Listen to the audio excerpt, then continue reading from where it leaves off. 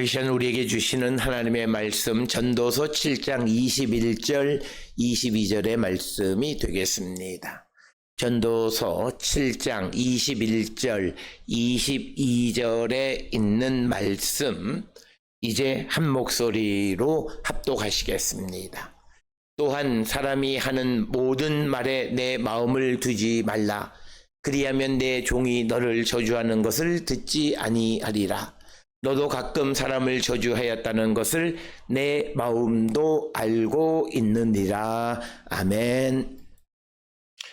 오늘 우리가 함께 읽은 전도서 7장 21절 22절에 있는 말씀은 인간의 불완전성, 인간 도덕의 한계 속에서 우리는 다른 사람들의 양심에 대해서 너무 큰 관심을 갖지 말아야 함을 우리에게 가르쳐 주는데, 그것은 우리도 마찬가지로 다른 사람에 대해서 그렇게 선한 모습이 아니다라고 하는. 그래서 오늘 주시는 21절 22절에서는 우리에게 인간의 어떤 이 죄성을 강조하는 그런 말씀이 되겠고, 특별히 이 말씀은 20절에서 우리가 보았던 것처럼 20절에 선을 행하고 전혀 죄를 범하지 아니하는 의인은 세상에 없기 때문이다. 그렇기 때문에 이 땅을 살아가는 모든 사람들이 다 자기는 의롭고 정의롭고 공의롭다고 생각하지만, 그러나 그에게 선을 행하고 죄가 전혀 없는 사람은 없다라고 하는 겁니다. 그렇기 때문에 그런 사람들이 하는 말, 그런 말은 모두가 진실일 수가 없다라고 하는 것입니다. 그렇기 때문에 사람들은 항상 다른 사람들의 어떤 잘못과 약점을 드러내는 그런 말들을 많이 하게 되어지기 때문에 우리는 어떤 소문이나 헛된 잡담이나 그런 말, 행동을 평가하고 하는 그런 데에 너무 주의를 기울이지 말아야 함을 우리에게 가르쳐주는 말씀이 되겠습니다. 이것과 비슷한 말로 우리가 사도 바울은 고린도전서 4장 3절에 다른 사람에게나 판단받는 것이 매우 작은 일이다. 그러니까 그건 그렇게 중요하지 않아요. 그 사람의 절대적 선도 아니고, 그가 자기는 정의롭고 공의롭다고 말하지만 성경의 관점, 하나님의 관점에서는 그도 그런 존재가 아니다라고 하는 거예요. 그렇기 때문에 그가 하는 말은 진실인 것 같지만 그 속에는 자기의 편견이나 자기의 생각이 반드시 들어있다라고 하는 것입니다. 그렇기 때문에 우리가 그런 사람들의 말에 관심을 가질 필요가 없다. 그 일은 우리에게 매우 작은 것에 지나지 않는다라고 하는 것이 오늘 우리에게 주시는 본문의 말씀이 되겠습니다. 그래서 우리는 모든 사람들이 하는 모든 말에 내 마음을 두지 말라. 내 마음을 두다라고 하는 말은 내 마음을 주지 말라라고 하는 것입니다. 우리가 잘 아는 것처럼 사람들은 우리에게 모든 사람들이 진실되다고, 또 어떤 사람은 정의롭고 공의롭고, 그래서 너무 사람을 의지하고 또 그 사람의 말에 우리가 전적으로 자기를 맡기고 하는 그런 삶은 바람직하지 않고, 단지 우리는 참고하는, 그래서 그런 사람들의 말을 마음에 두지 말고 우리가 마음에 두어야 하는 것은 결국은 하나님의 말씀을 마음에 두고 하나님의 징계와 하나님의 칭찬을 마음에 두고 살아가는 자들이지. 그래서 사람의 위로를 받는 사람들은, 그 사람들은 정말 근본적으로 위기를 극복할 수 없습니다.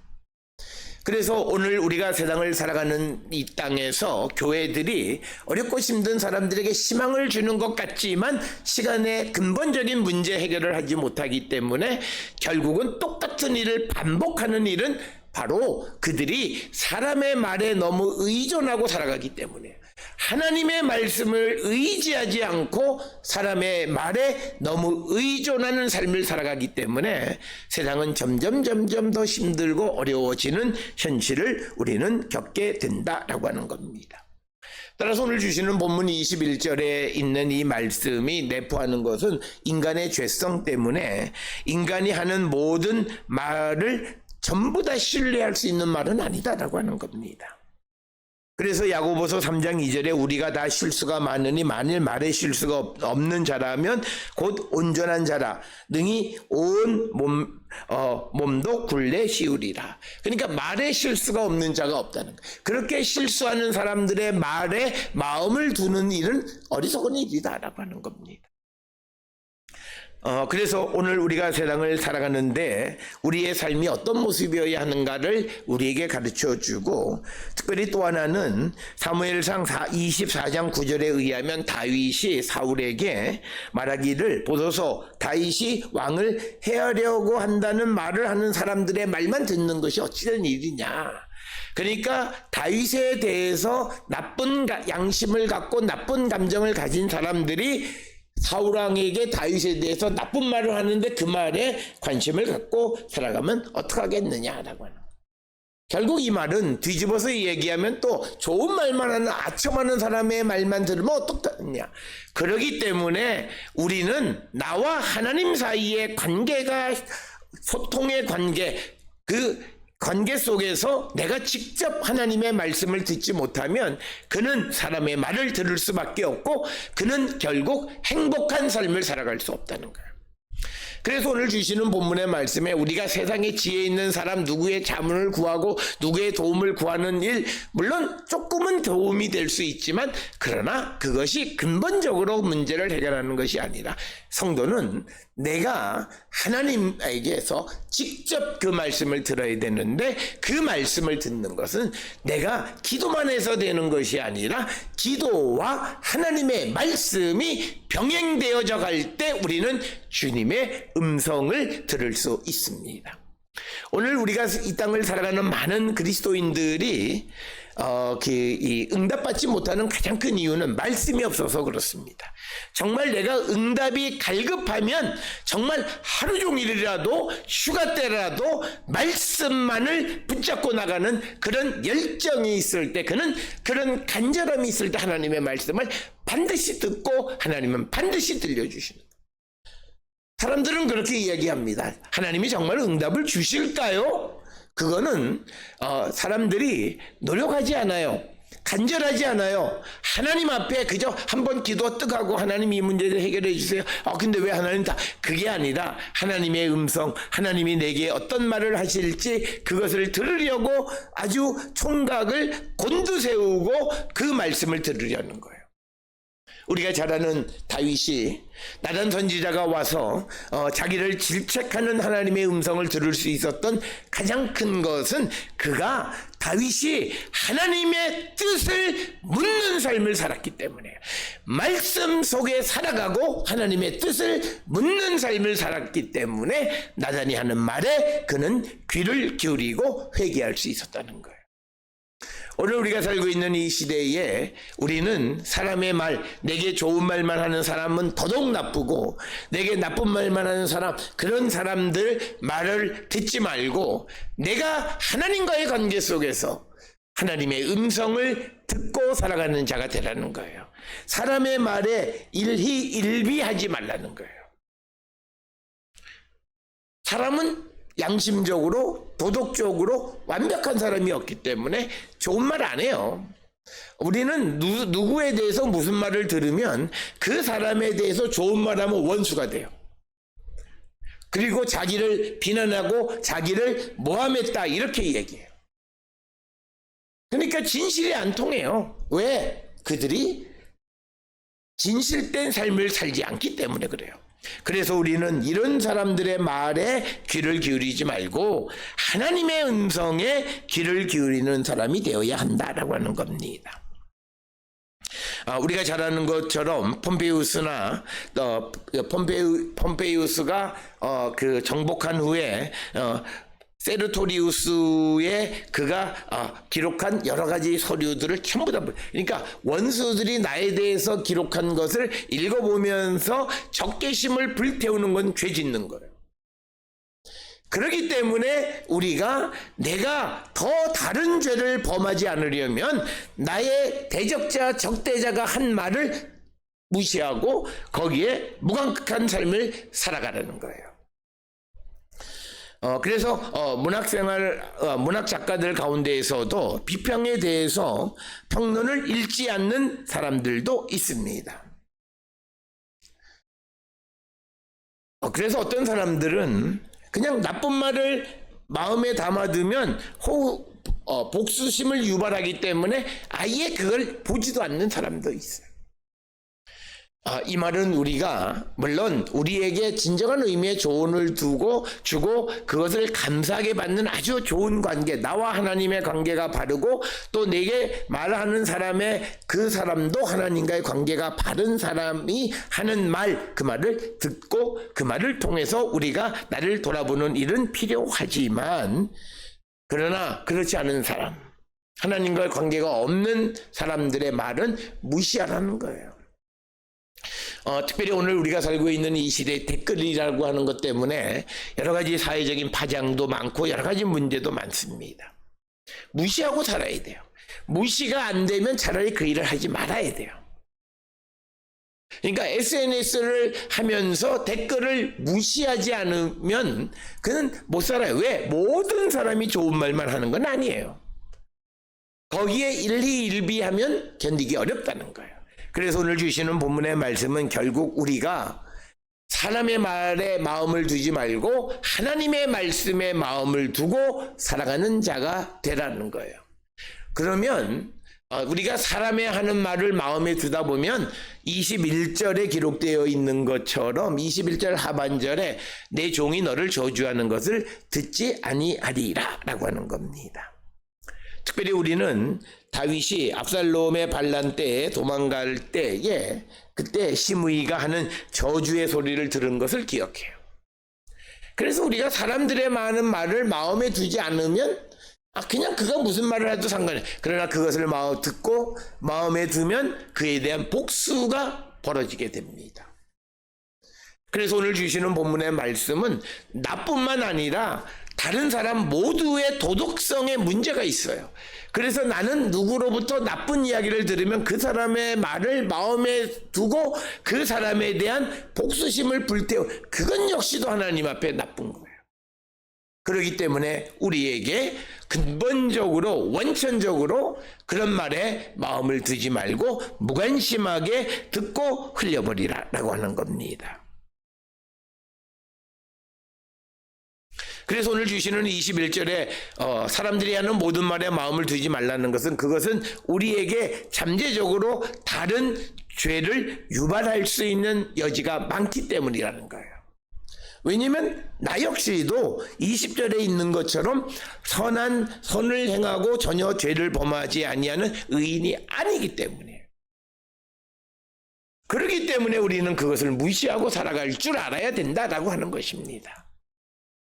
특히 우리와 같은 사회 속에서는 우리는 학문적으로도 누구에 대해서 비판하면 그 사람과는 왠지 모르게 굉장히 나쁜 관계로 오랫동안 지속되는 예들을 많이 보게 됩니다. 그래서 우리는 좋은 뜻에서든지 어떤 의미에서든지 남에 대해서 하는 말을 받아들이지가 못해요. 그래서 특별히 우리와 같은 사회 속에서 우리는 그런 남들이 하는 말을 마음에 두지 말아야 돼요. 무관심하고 그것을 무시하고 살아가야 된다라고 하는 것입니다.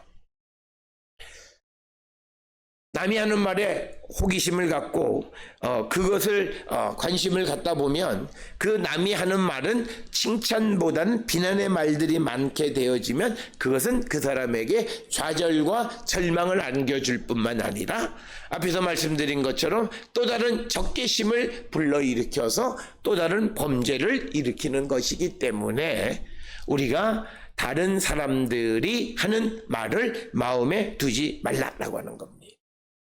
특별히 오늘과 같은 시대에 자기의 주체적 성향을 갖고 주체성을 갖고 독창적인 삶을 살아가고자 할 때에는 다른 사람의 말에 귀를 기울이면 그 독창성은 훼손됩니다.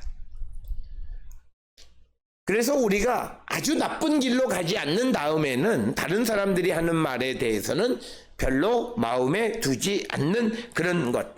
대신 우리는 하나님의 말씀에 귀를 기울이고 살아가는 자들이 되어야 한다라고 하는 것을 우리에게 가르쳐 주고 있고, 이어서 22절에 너도 가끔 사람을 저주하였다는 것을 내 마음도 알고 있느니라.